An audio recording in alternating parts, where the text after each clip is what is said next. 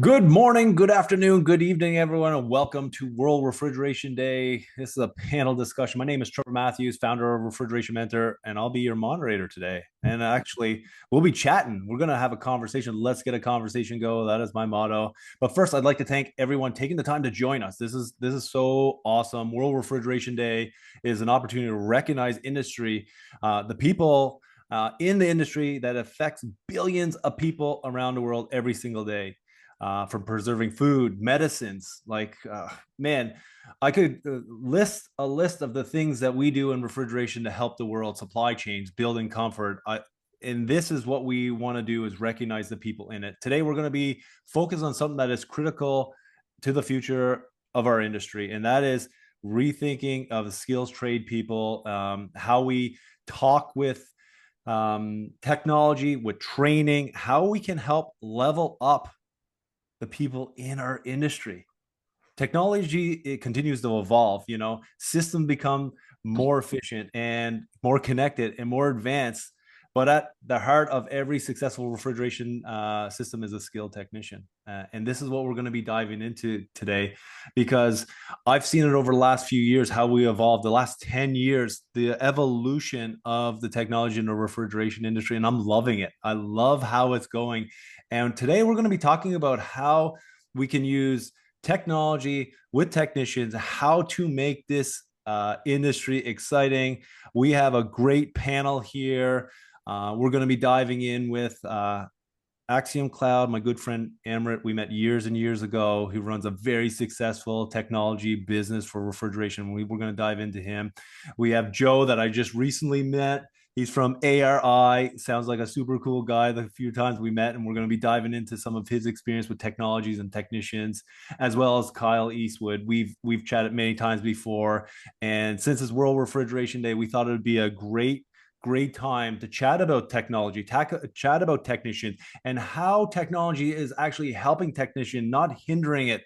This is not going to replace jobs. It's not. This is not why we want to talk about technology as replacing jobs. And will it replace jobs? Lots of jobs out there. But as we evolve and we help the technicians and the skilled trades, technology is going to help boost them and level them up. Welcome, everyone to World Refrigeration Day. Okay, let's start with the panel. Amrit, why don't you do a quick introduction of yourself? Hi, folks. My name's Amrit. I'm the CEO and co-founder of Axiom Cloud. Real pleasure to be here with everyone. So the idea for this panel kind of came into existence when Trevor and I were brainstorming, how can we overcome some of these really just painful problems that we're encountering and our customers, more importantly, are encountering on a daily basis. And so we started riffing on this, this concept of, look, there's training, there's technology, and then there's kind of the intersection of the two, and that's where you get the 1 + 1 = 3 type equation. Is when you start to combine the technology and the training. So really excited to be engaging in this conversation with the industry. Thanks, Trevor, for hosting. Yeah, I love this. I love this. Joe, do a great introduction of yourself, my friend. All right, sounds good. Hi, everyone. I'm Joe Stow. I'm the Vice President of Strategy and Technology at ARI. We're a refrigeration contractor based out of San Antonio, Texas. And I'm really excited about how technology is transforming the way services are delivered in the refrigeration and HVAC space. I think that technology is going to really help people get way more proactive in how they approach managing their buildings and servicing their equipment. Yeah, I love that, Joe. And Kyle, my friend, why don't you do a quick introduction of yourself? Yeah, my name is Kyle Eastwood. I'm a refrigeration specialist over here at Axiom, and I'm here to help mitigate those service calls and those late nights and try to catch things before they happen. Yeah, because we're going to talk about today. You were a tech in the field for many, many Correct. years, and you've seen the Correct. things that I've seen. And let's make it easier for our previous self. Like our future selves would be real happy if we would have fixed those problems. Absolutely. uh, Absolutely. we're gonna work on it. So one thing that I've learned working with thousands and thousands of technicians is that there's never been a better time to build a career in refrigeration. The demand is growing, technology advancing, and skilled trades have never been more valuable. And I see a lot of attendees here. I'd love to put it, you guys, to put it in the chat. What are you excited about World Refrigeration Day? Are you guys celebrating yourself and the people around you in refrigeration? Because this is important. This is a day to celebrate yourself if you're in refrigeration, or the people that are in refrigeration. So I'm excited. for that. So put it in the chat. I'd love to see that. And let's start it right off. I'm going to start with you, Joe. From the contractor side, are you seeing the same opportunity? What excites you most about bringing new technicians into the industry? Yeah, I mean, I think it's an exciting spot for the young people to be. I mean, jobs are abundant. If you want to be a refrigeration tech or an HVAC tech, there's lots of opportunity to do Yeah. that. I think what's really exciting about bringing new techs into the space is they bring this technology mindset with them, and that's really helping them be more effective, but it's also teaching some of the older guys how to be more effective and how they can use technology to help them do their jobs. Yeah, I love that. Amrit, from the technology side, why do you believe technicians are becoming more valuable in the years ahead? Well, if you jump to slide 3, I think that'd be a kind of a perfect segue here where, ultimately where we are today is we basically, we're sending out a technician into the field and we're saying, the case is too warm. Good luck. And it just we're setting these folks up to fail, or we're not at least setting them up to succeed. And so this is such a huge opportunity to take this dwindling group of people who are going into the trades, who are going into refrigeration, and maximize how effective they can be, and also just make their lives a lot better, and make them more excited to go to work, rather than being a drudgery of trying to locate the store, trying to locate the equipment, trying to, diagnose the root cause of the problem. And, oh, somebody left a door open. Like, why am I even here? That sort of stuff is, very demotivating. And so if we can, help that technician to focus on the right problems at the right times, and then really just enable them to succeed when they're on site, or even, and also help them to know what they're going to encounter before they arrive on site, that's where I think the technology element can be huge, but that's still it's not sufficient without the training element as well. Yeah, no, I totally agree. Kyle, you spent years working in the field. What is one thing you wish you had walked into every service call that would have made your job easier? Because I know, just like you, like there were some companies I work for, I could not dial up and look at what's going on. So I just got the call like this, like, case is too warm, come in. So what is Yeah, one thing? you just walk into these calls completely blind, not knowing. And that's kind of a good thing. But also, when you walk in blind, you know nothing about previous history or anything. The case too warm can turn into a mountain of issues because you don't know who was there before and what they did. Yeah. And I think you deal with that daily now, and you're working with lots of technicians out there or end users out there, and you're seeing what's going on now that you can collect the data. I bet you 10 years ago, you would have been like, man, if I could see that amount of data, that probably would have made a big difference. Correct. Yeah. Awesome. Joe, what is some of the biggest frustration your technician experience today, and how are they helping eliminate them? Like, so what are some of the big frustrations? I mean, I think there's a couple of key things. So first, I'll just say that our technicians are working on systems. It could be a 30-year-old split system all the way up to a transcritical CO2 rack that was installed this year, right? So the variety of mechanical equipment, the ages of the equipment, and the variety of technology and controls that are in those equipment. It could be mechanical controls. It could be lots of different generations of electronic controls. So really understanding all of those different systems, it's hard, it's complex. So anything we can do to give them more information, whether that's training or data, to really arm them with a better understanding of what they have to do when they get there, is what I think provides the most help for them. The second thing I would say is that these guys have family lives too, right? And a refrigeration mechanic is on call 24/7. So if we can get way more proactive and we can plan work before things fail, that's going to give them a better balance in their life as well. Yeah. I Yeah. know so many people are working on that, because that is important. It is a lifestyle, but we can mitigate some of those late calls. Like I think Amrit said earlier, door open. Why am I going to this call even? You know what I mean? Like, and I think one thing that I tell everyone, like this is a demanding job. Like you might have to get up at 2 o'clock in the morning, but there's lots of jobs out there that do the same thing. You know what I mean? So don't it's usually scheduled unless you're a one-man show or you're a really small company. But Amron, I'd like to, how does technology help technicians arrive more prepared instead of just giving them that basic information?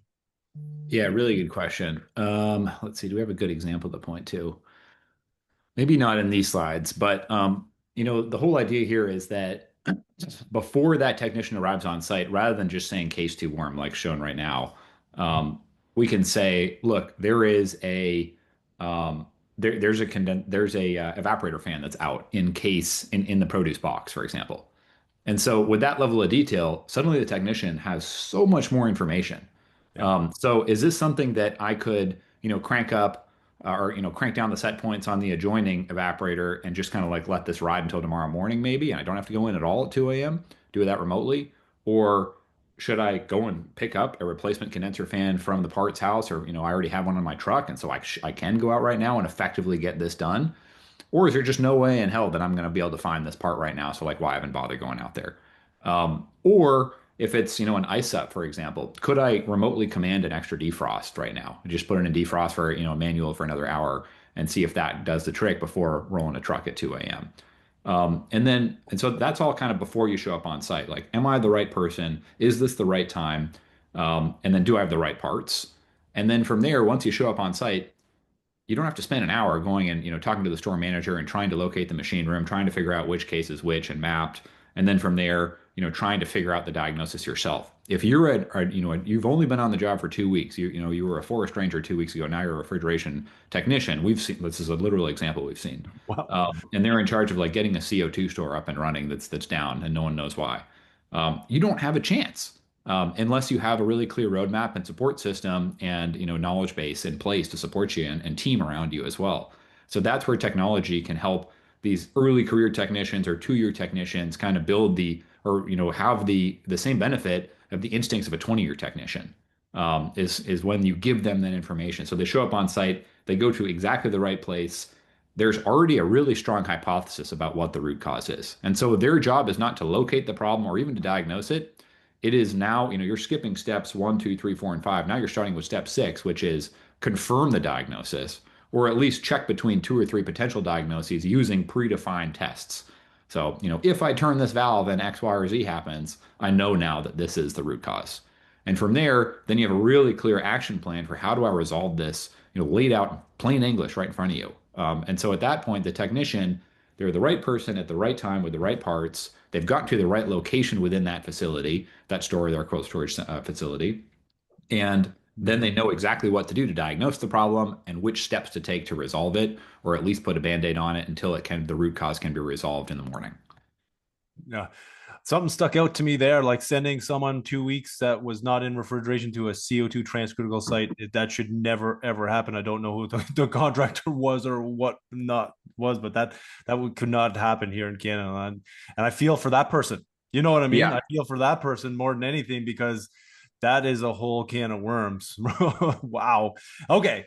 So one of the greatest opportunities right now, I believe, helping the next generation is definitely going to be training, mentorship, and technology, like what we're talking about right now. So, Joe, what have you found that helps younger technicians become more productive and confident quickly? Because you're working with technicians, you got a group of technicians out there crushing it day in, day out, working really hard, long hours in different climates, in cold fridges. Like, what are some of the things that help them become productive and more confident quickly?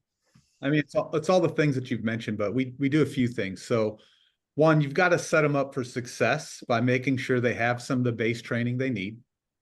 2, you've got to dispatch them onto things that they're actually capable of handling on their own at first. And then you've got to pair them up and have a mentor with them. So whether they're shadowing a more senior technician or having a senior technician shadow them, or they have access to a master technician back into the office that they call if they need help.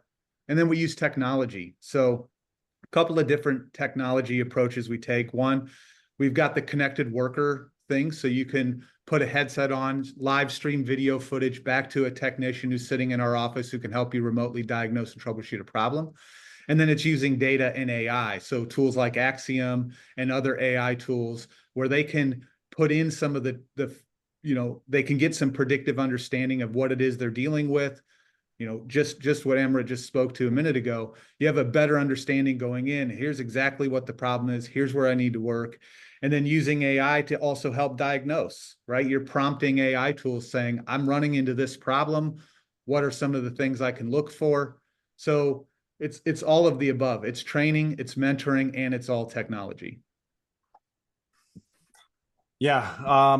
What you said there really hit home there, because it's not, because I hear this a lot, like, oh, AI is going to make technicians not understand how to do refrigeration. You didn't just say that. You said Oh, training, mentorship, having someone there, and AI using all the tools to for this. Is this the right slide, Amrit? Let's Yeah, see. just make sure. I was thinking the next one, maybe slide 7. Yeah. So that's what really hit for me, Joe. You know what I mean? It's not just one thing. no, And it's then not. It's have, all. You have to yeah, have all three, and you have to provide these new technicians the support they need, and that is a lot of things. It's training, it's people, it's mentoring, and it's technology. And again, using AI, I don't look at it as it's making them not know what to do. It's helping them know what to do. It's not telling you how to do it. You still have to know how to do it, right? But AI tells you what to look for and it really helps you reduce your diagnostic time. Avoids a yeah. number of rabbit holes you're going down along the way. Right. Yeah. Yeah, for sure. And I really I love AI. I've been using it for a couple of years. I've been developing stuff, and it's just, how do I make other people's lives easier with it, in the refrigeration industry.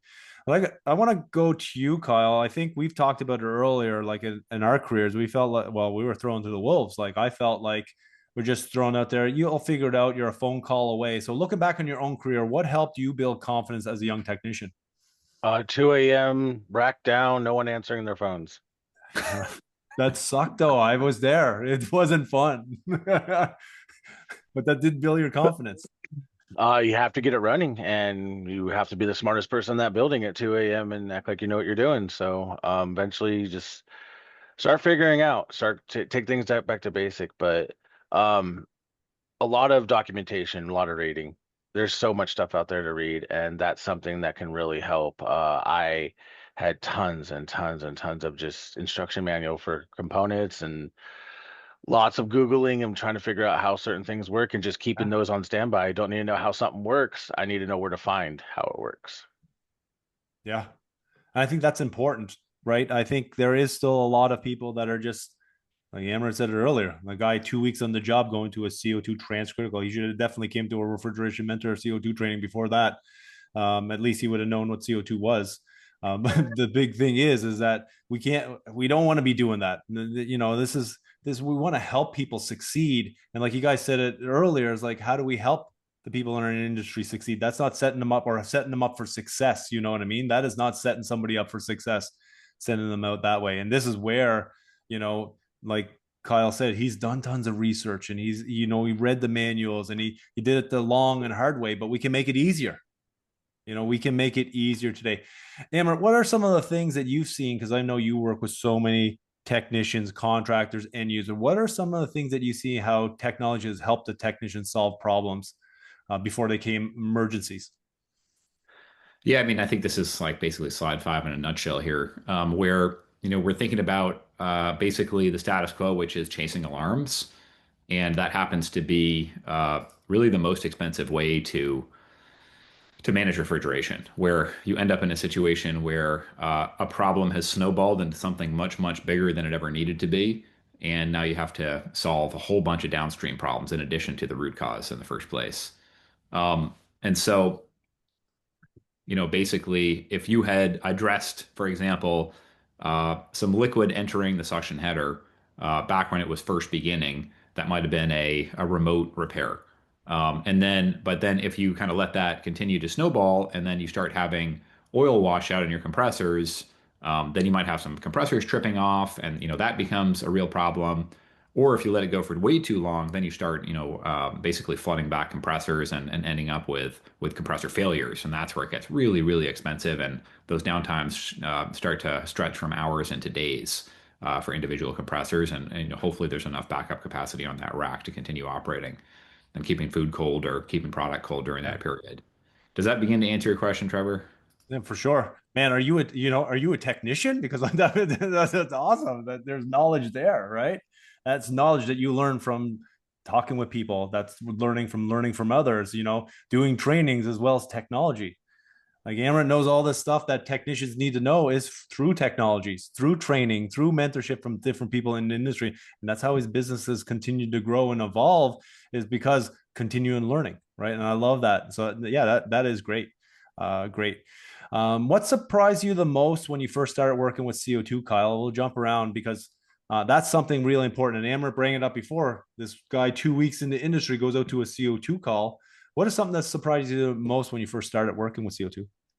After I got the hold on it, it was honestly how easy it is. It's not as complicated as everyone was making out to be. The high pressures and the scariness of it, you were a little like a little timid going into it, and once you start learning that how it works and how it's not that scary, as long as your safeties are enabled and you don't disable anything, you're fine. And Yeah. once you get over that hump, it's actually smooth sailing and it's just normal refrigeration rack. But once you get past those high pressures and realize, yeah, this can hurt, but just follow the safety protocols, you'll be just fine. Yeah. No, and I like that because I've been training CO2 since 2015, I think. And one of the big things that even now people are still talking about the high pressures. And is it the high pressures that you're worried about? Because actually, if you work with nitrogen, and any refrigeration technician on here works with nitrogen, that's 2 or 3,000 psi in that tank. So you're blowing out coils, putting pressure inside systems, pressurizing systems. That's more than CO2, so it's always trying to make it relatable to them. Joe, as a contractor, how important ongoing training for CO2 systems for you and your team? It's critical. I mean, we're seeing more and more with more and more CO2 related applications, both from our design build side, where we're installing CO2 systems. We see more systems that we're having to service. Yeah. A lot of that's driven by obviously some of the changes that are being made on the EPA side.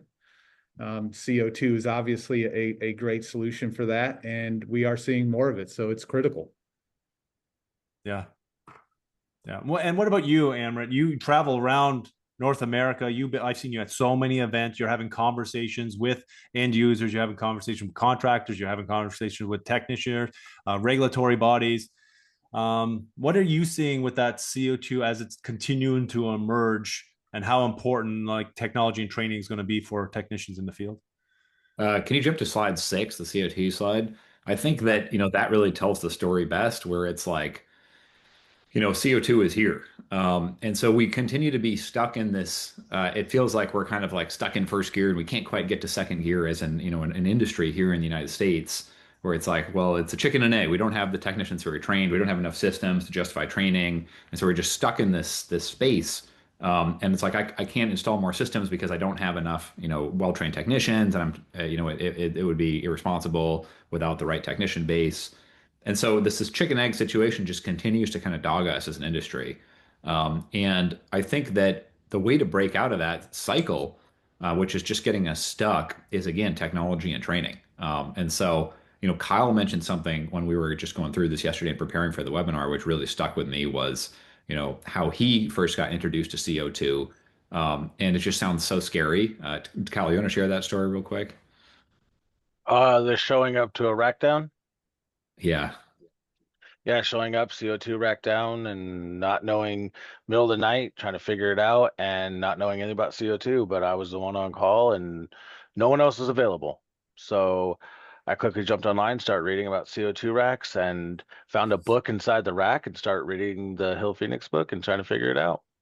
Oh my goodness, it's amazing that you succeeded there. I don't think that every technician would be as successful as you in that situation. I think a lot of folks, like if I was in your shoes, I think I might have just been like, look, I'm not the right guy. I can't really help out here. You're going to have to call somebody else. That's I could totally see myself having that sort of reaction if I was in your shoes. And so again, it just comes back to like, look at Europe. There's, tens of thousands of these systems. This is a very well-proven technology. Look at even in Canada at this point, where Trevor is. In the United States, we just need to kind of, we need to invest in the training and the technology, which is going to help us to break out of this cycle, basically. That's my key message here on CO2. Yeah, and I've been training, like I said, for a long time, and what you said there, I get calls all the time before trainings happened, after trainings happened, from buddies. I remember years ago, my friends say, Trevor, I'm on a CO2 call right now, and I've never worked on, I don't even know how to charge it. That's not a great feeling. When it's even, it doesn't matter if you've been in the field. It's probably worse if you've been in the field for 20 years or 10 years. You know what I mean? Like, I don't know what to do, but I'm supposed to be the expert. So it's tough. This is where training come in, as well as technology, like Kyle said, like 25, when I first started 20 years ago, it wasn't being able to just jump on Google or jump on ChatGPT and start to be able to do some quick research. It was like, if you didn't have the book in the van, you weren't working on this stuff very easily. So that makes a big difference. Joe, you're seeing more CO2 starting to grow. What advice do you give your guys when they're going to a CO2 call? Well, that's challenging because I think the biggest advice I give them, honestly, is it's okay if you don't know. If you don't know and you run into it and you get stuck, don't pretend to know. Call for help, get support, and we'll support you. Like we've got people with CO2 experience, and it's okay to phone a friend, and don't feel bad to not know. Yeah. Yeah. And this is what it is. We are an industry that we want to help each other. Like, I work with manufacturers all around the world, contractors all around the world, retailers. We're a small industry. We need to be helping each other, because this is not going to slow down, like CO2, for example. But technology is not going to slow down either. So Right. as it starts to evolve, how do we prepare technicians and contractors for this? Because I think that's one of the big things is training, mentorship, and technology, like we're talking about. We need a prepared industry. We have less. I just finished a session just before this for World Refrigeration Day, that talking about less technicians are coming into industry and more are retiring than coming in. And it's so important for us to, how do we evolve to help them, just like you're doing, Joe? You know what I mean? As you get new technicians come in, you're helping train them, you're helping coach them, you're helping them with the technology. You know what I mean? They're out in the field. You're not alone. You know what I mean? I don't Yeah, want the technician to feel alone. right. And you really don't have a choice anymore. It's not like there's an abundance of technicians that are available. When you need to add more technicians to your business, you are likely getting newer or less experienced technicians. So it's really not an option. You have to make that investment in training and technology to get them up to speed. Yeah. Yeah. Slide 4. Let's go to slide 4. Just jump on it. Is it this one? Oh, wait. Yeah. Yeah, I mean, this is the one that really I think helps to paint the picture really well. And we've been talking about this for years, but Yeah. it's just not changing. Still in the same situation where every year we have folks who are 65 or older, and they're still in the trades. And then you start looking at the number of folks entering the trade and leaving the trade, and it's not the same number. It's not a good number to look at. And so the only answer here is that we need to, or I guess there's two answers. One is we got to attract more people to start entering this trade, and the second is we have to make the folks who are in the trade much more effective. And the way we do that is, again, training plus technology. And I feel so strongly about that. And I think that there's such a huge opportunity that is available to us as an industry right now. And we can kind of basically copy a lot of the industries that are adjacent to us and copy that same playbook that's being implemented in so many other industries. Better training, implementing more technology, enable these early career technicians to succeed, and then take, an average technician and make them twice as effective by making sure they're focusing on the right things and not wasting their time on the wrong things. And then when they're doing a unit of work, they're able to do that with much less time. Yeah. And I think this is technology is going to help. I know you guys are working really hard with it. Other people around the world is like, how do we help the technicians out there? And that's my goal, because it's not always a sexy industry, right? And we're not promoting it as a sexy industry, but we can travel around the whole world. I've worked everywhere around the world. Made lots of money doing refrigeration, paid off my university student loans. You know what I mean? That's a feat in itself, doing a skilled trade. And Yeah. now more people aren't coming in. There is more opportunity. Like Joe said early, there's so much opportunity in refrigeration today, especially if you have just a little bit of drive, a little bit of passion, a little bit of curiosity. You can go a long way. But as these numbers will continue to expand. right? They're gonna, because we got more refrigeration systems because there's more people on the planet. There's more air conditioning systems because there's more people on the planet, and I think it's just going to be a bigger gap going forward because this is nothing new. So just for everyone who's listening here or on the panel or listening to the recording on YouTube or the pod, this is not new. I talked with my friend Steve Gill, the founder of World Refrigeration Day, and that's why we're here to talk. He said 40 years ago, Trevor, back in the 80s, what the conversation was, we don't have enough technicians. In the 90s, we don't have enough technician. We can't finish all our job. In the 2000s, we don't have enough technician. We can't finish all the job. And now we're still having the same conversation. But what he said is like, Trevor, the job still did get done. It just took a little bit longer sometimes. Because I've had a conversation with a contractor maybe 2 weeks ago, and they're like, I got 800 calls on my board. 800. And he said they're not all urgent service calls. There's maintenance and stuff. That's a lot of calls. It doesn't matter how big your company is. That's still a lot of calls, right? So it's important to understand that we're here to help the industry and training, mentorship, and technology is some of the things that we're going to get there a lot quicker and shorten this gap, I think. Because if we have some better technicians out there, we'll reduce those callbacks, which we'll talk about in a little bit. We'll reduce those, those late calls. And I'd like to dive into that, Amrit, and you can tell me what slide to go on. But how can technology, what are some of the things that you're seeing now that technology is reducing technicians to get up at 2 o'clock in the morning? And you already mentioned a few of them. And it's really benefiting the technicians themselves. Yeah, I think slide 5 is perfect for this, where we when we talk to technicians a lot of times, or when we talk to big maintenance companies who some like the big three who are who have do a lot of the service in the United States, and we talk to the executives at these companies, a lot of times it's like, look, yes, we have technicians jumping among companies for $1 more per hour type wages, and so there's always that going to be that tension, which is great for the technicians, of course, means higher wages, but a lot of times there are technicians sticking around for some other reasons, such as quality of life is the big one that comes up over and over again. And so, we dug into that with a lot of these executives at the top contracting firms. And we're like, what do you mean by that? And so the answers that we got were really two things. Number one is less overnight work, less weekend work. That's the number one thing. Like, we don't want to have to roll out of bed. Like, a lot of these guys are 50 years old, 60 years old. Like, they don't want to wake up in the middle of the night and have to go to a supermarket. They're like, look, let the young guys do that, but then look around, there are none. So it's got to be me still. And so that's part one. And then part two is the technology piece. So this is where you kind of end up with a couple of different camps. There's some of the technicians out there are not very excited about learning something new, and it's kind of new and different, and if it ain't broke kind of mentality. But more and more, what we're seeing is that the technicians themselves are realizing, like, look, we're facing this mountain of 800 service calls that we cannot climb that mountain without some help.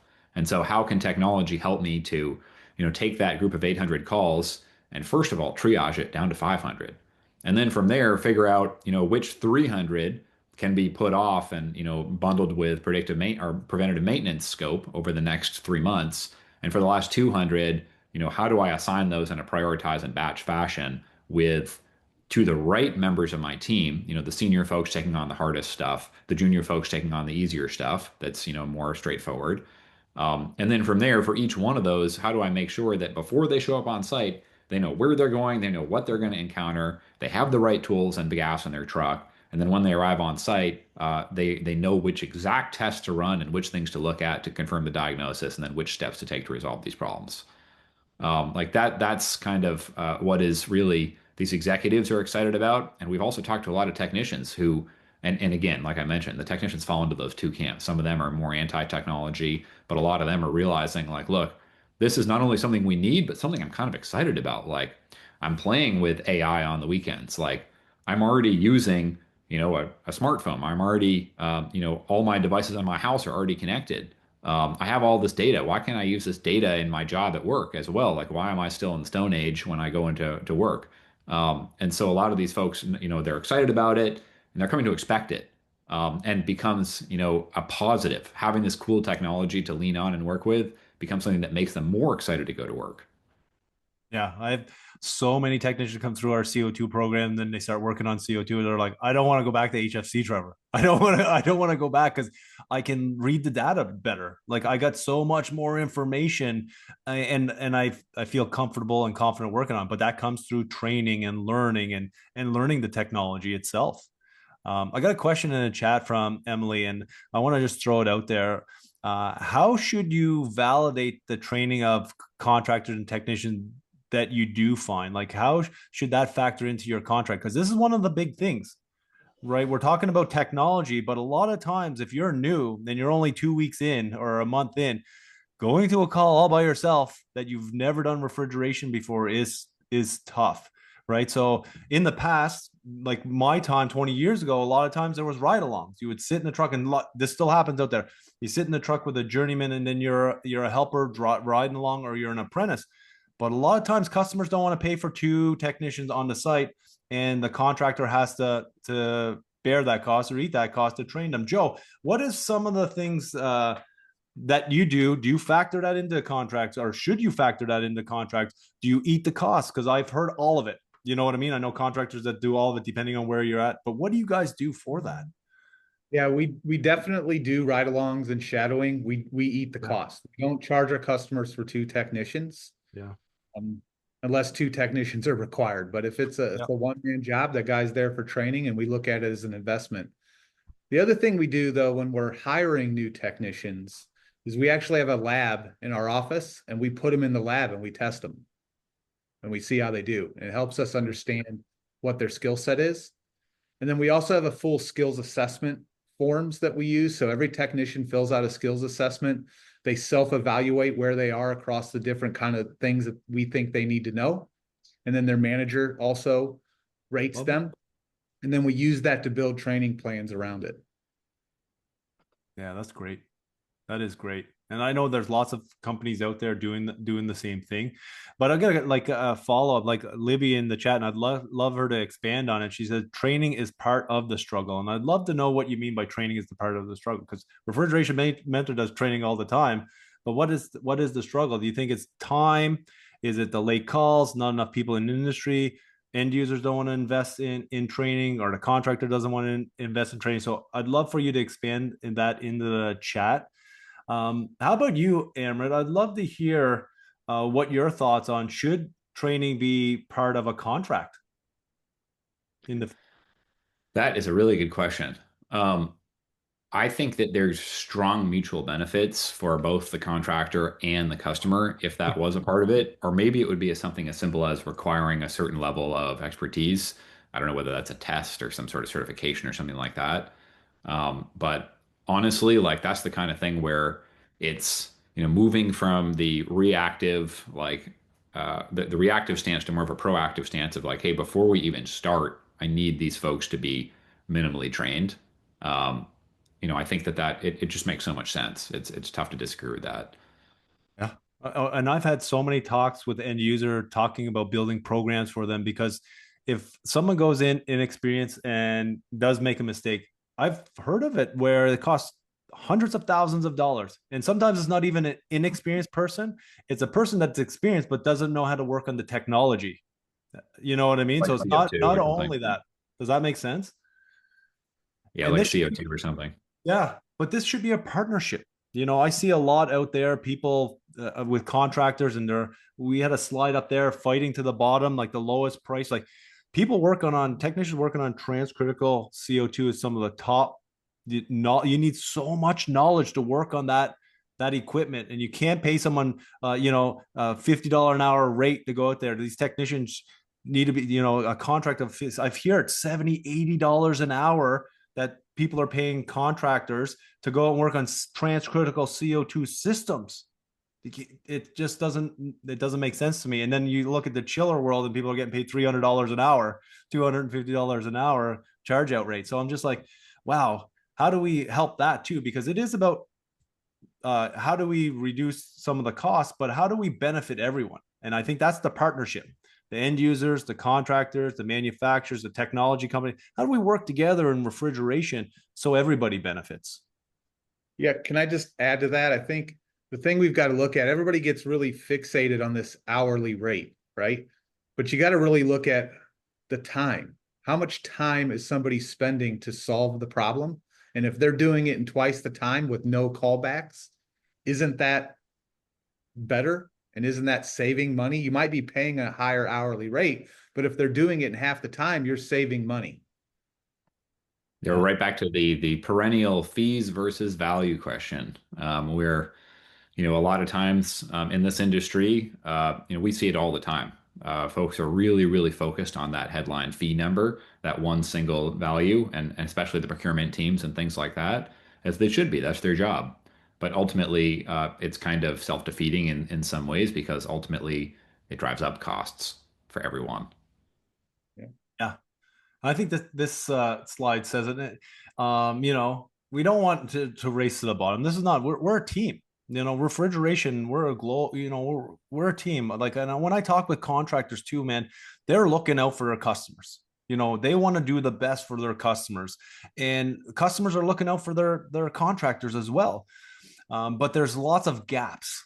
I see a lot of gaps out there with that as the technology evolves very fast. And we need more people in our industry. That training, the technology, and the mentorship is going to be a big thing. So, this says it all too. Amber made the slide like best contractors aren't bidding the lowest; they're differentiating with the data, and I love that. And what did you mean by that, Amber? Like, you want to dive in a little bit about that?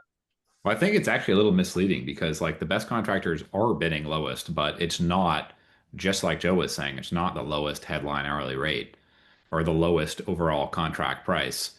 The problem is you end up with folks who are bidding too low and then they blow their budgets. And so it ends up costing even more is kind of where we see the industry falling into that same trap over and over and over again. And so, by finding the right contractor with the right training and the right technology elements in place that does have a higher headline rate, honestly, that's probably the lowest bid at the end of the day if you look back over 12 months. And the problem is that in a lot of cases you can never go back and do a head-to-head apples to apples comparison because you can never know what exactly would that other contractor have done in this exact situation at these exact facilities over the last 12 months and how would that have all shaken out. It's all guessing. And so, you can baseline until you're blue in the face, but at the end of the day, you have to kind of take this leap of faith that, hey, focusing on value rather than fees is the better choice for my organization. And I'm willing to go to bat with my CFO for what looks like a higher sticker price in order to actually drive a better EBITDA for my corporation. I think the big thing there too is I've had a lot of these conversations over the years is like, well, I'm CapEx, right? So what is it going to cost to install it? And then, well, I'm OpEx. I don't worry about the cost. How long is it? So it's like really the total cost of ownership. I have a friend here in Canada, not far from me, and he's but years and years ago we had this conversation. And he was like, I give a bid to my customer, to the customer, and they went with someone that said it for half the price. And then 6 months later, they came back to me for that contract, and I had to double the price. And they were like, "What do you mean? It was half that price last time." Well, it's double because now I got to rip out everything that was other people that you quoted and you went with. I have to take all that out and start from scratch. It's going to cost. And this goes with training. This goes with quality workmanship, and this goes with partnering with people. When you partner with the best people who have the qualified technicians who's using the technologies, it's going to cost more. It is because it takes time to train them. Like to train a really good technician, it doesn't happen overnight, but we can shorten that curve. There was a slide up there. How do we take 20 years of experience and put it in 2 or 3 years? I see that with technicians coming out of Refrigeration Mentor training programs. Like they're going to work on CO2 after a year or two. And Kyle is like, man, I wish I had that opportunity, not being thrown out into the wolves like that and just had to figure it out while I'm sitting on a bucket looking at a rack. That is so true. Yeah, man, that's quite the image there. Hey, Trevor, can you jump to slide 9 real quick? I think this is like a really good kind of summary here where, ultimately it's headline fees versus ROI, it's cost versus value again. And, very bluntly, training costs money, technology costs money. And whether or not there are existing line items in a customer's budget for one or both of those items, these are both really high ROI opportunities. And when you combine them, it's an even better ROI than doing the two separately. Like there's a cumulative impact that's even better than the sum of its parts. Uh, and so this becomes a major, major barrier for a lot of folks because they don't have that existing line item and they're unwilling to build the ROI business case around these because it is really tough to quantify, very, very bluntly. How can you say that by avoiding a problem, you saved $15,000? You can't measure that $15,000 because it never happened. You're trying to measure something that never happened. And so good luck going and selling that to your CFO. And so again, we can run pilots to help kind of build out that confidence. But the ultimate goal is to help folks get over this hump of thinking about what is, looking beyond just the fees to also looking at the benefits and starting to think about how does this impact the P&L for my corporation? How does this impact my overall P&L when I look at energy costs, maintenance costs, refrigerant costs, et cetera? And if I am implementing training, for example, even if those folks cost $5 more per hour because they're well trained, how does that impact my overall number of service calls, the duration of those service calls, et cetera, and ultimately my bottom line contractor cost for the last 12 months? And same on the technology side. Even if I have to spend a couple $100 per store, how does that impact my overall maintenance costs and energy costs and refrigerant costs for those same stores? And then uptime and product quality and whether my meat is nice and red or it's kind of gross and brown, that sort of stuff. Yeah, and I agree because I have these conversations about training all the time. Well, we can wait for training, and it's not in the budget yet. We got a budget, but it's we got to work on not it's more of the skyjack and the aerial and this first aid. You need that stuff anyway. But I've worked with some contractors that do training with us all the time, and the ROI is I'm not getting my service lead guys aren't getting called 25 calls a day. My callbacks are starting to drop. The guys working on the jobs aren't taking as long and they're solving more. So my call list isn't growing, it's reducing. My on calls are I mean the late night calls are less. I'm like that's amazing. But you like you said, you can't really put a price on that if it doesn't really happen. You know what I mean? Until something major happens. Because I talked to some, and you've seen this before, I'm sure all of you, where one store goes down for nobody's fault, not a contract, not the end user, but something happens and they lose a whole store. Maybe it's a power outage or something that happens and they lose a whole store. That pays for so much technology, that pays for so much training. And if you looked at, we got to look at the bigger picture. How are we helping everyone? I'd like to throw this one to you, Joe. Like adding from what Amrit said there, what would you say to a contractor out there still viewing training and technology as an expense instead of an investment? Because this is what you're doing. You're investing right now, right? You're investing in your team and technology. What would you say to a contractor that sees it as an expense? I would say take a stronger look at it because if you're not investing in training and technology, then likely a couple of things are going to occur. It's taking you longer to fix things, which means you can get to less service calls. Obviously, the more service calls you have, the more business, more growth you have in your business. It's harder and harder to find technicians. So you're probably understaffed from a technician. So if a technician can do more calls per day, you can get more work done with the workload you have. And you're not going to be able to do that without training and technology. Yeah. Kyle, what do you think? You work with tons of contractors. You've been a contractor before and technician in the field. What do you say for those contractors that sees technology and sees training as an expense? I've been through a lot of training, from giving up my own time on weekends and doing training with one contractor, once a month, just go in and learn some stuff, to full on classes, to teaching my own classes, to just reading myself. And it's very, very much worth it to invest in training. Just short little sessions, honestly, too, with the stores that are in the area that they're going to be visiting, and what technology is there and what kind of racks are there, and just simple things can go such a long way. And it is an investment, but it's worth it. And it's trying to get the technicians up to par of what's actually out there, puts more confidence in them. And yeah, callbacks and repeat calls will stop. Yeah.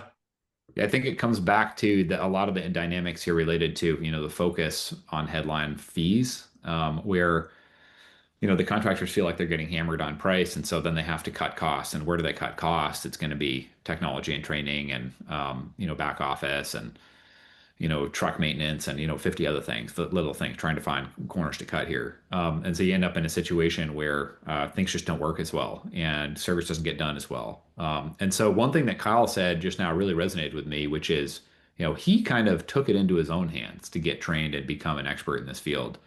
And so he was doing his own trainings on the weekends and nights.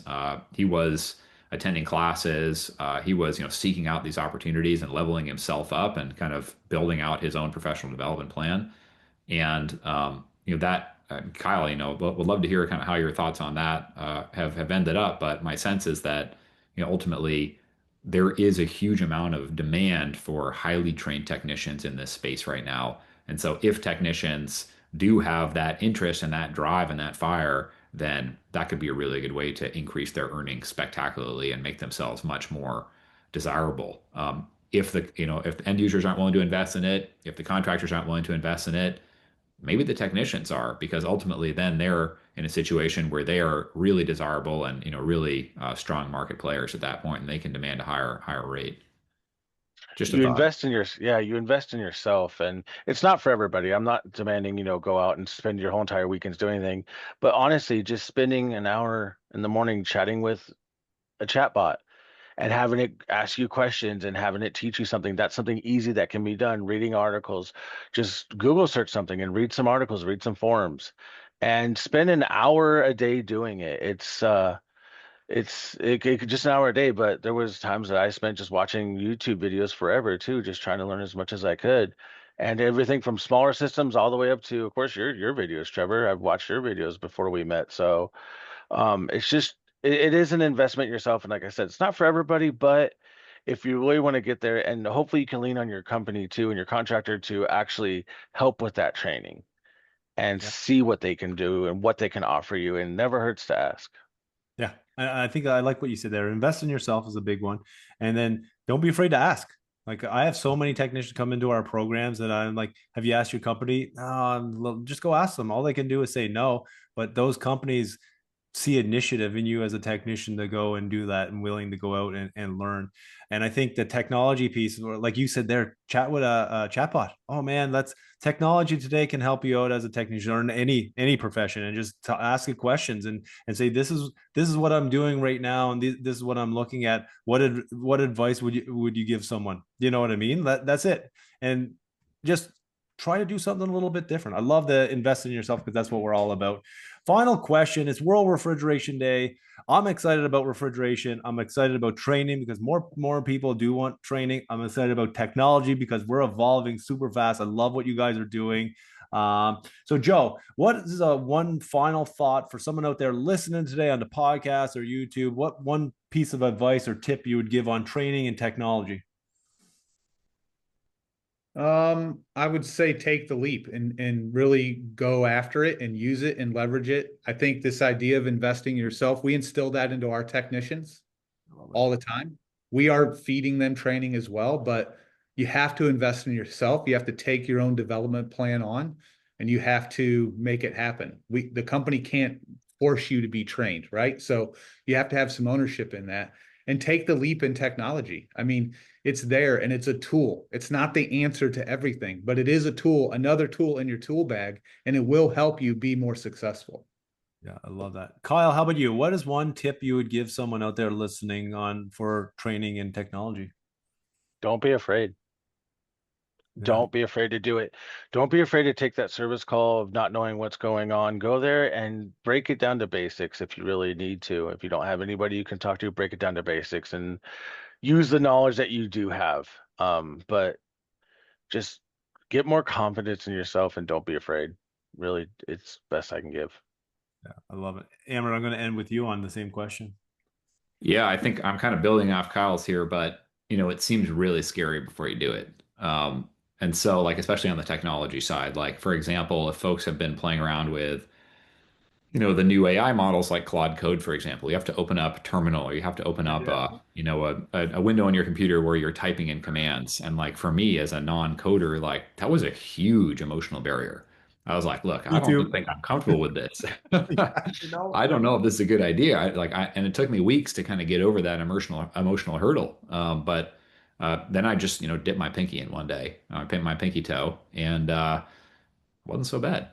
Yeah. And then, here I am now, a couple months later, and, I feel like it's not scary at all. And so maybe, my one piece of advice would be, even if it does seem totally crazy, totally outside the realm of what's possible, and you don't have a budget line item built in, do a little pilot. Just like dip your pinky toe in, just try it.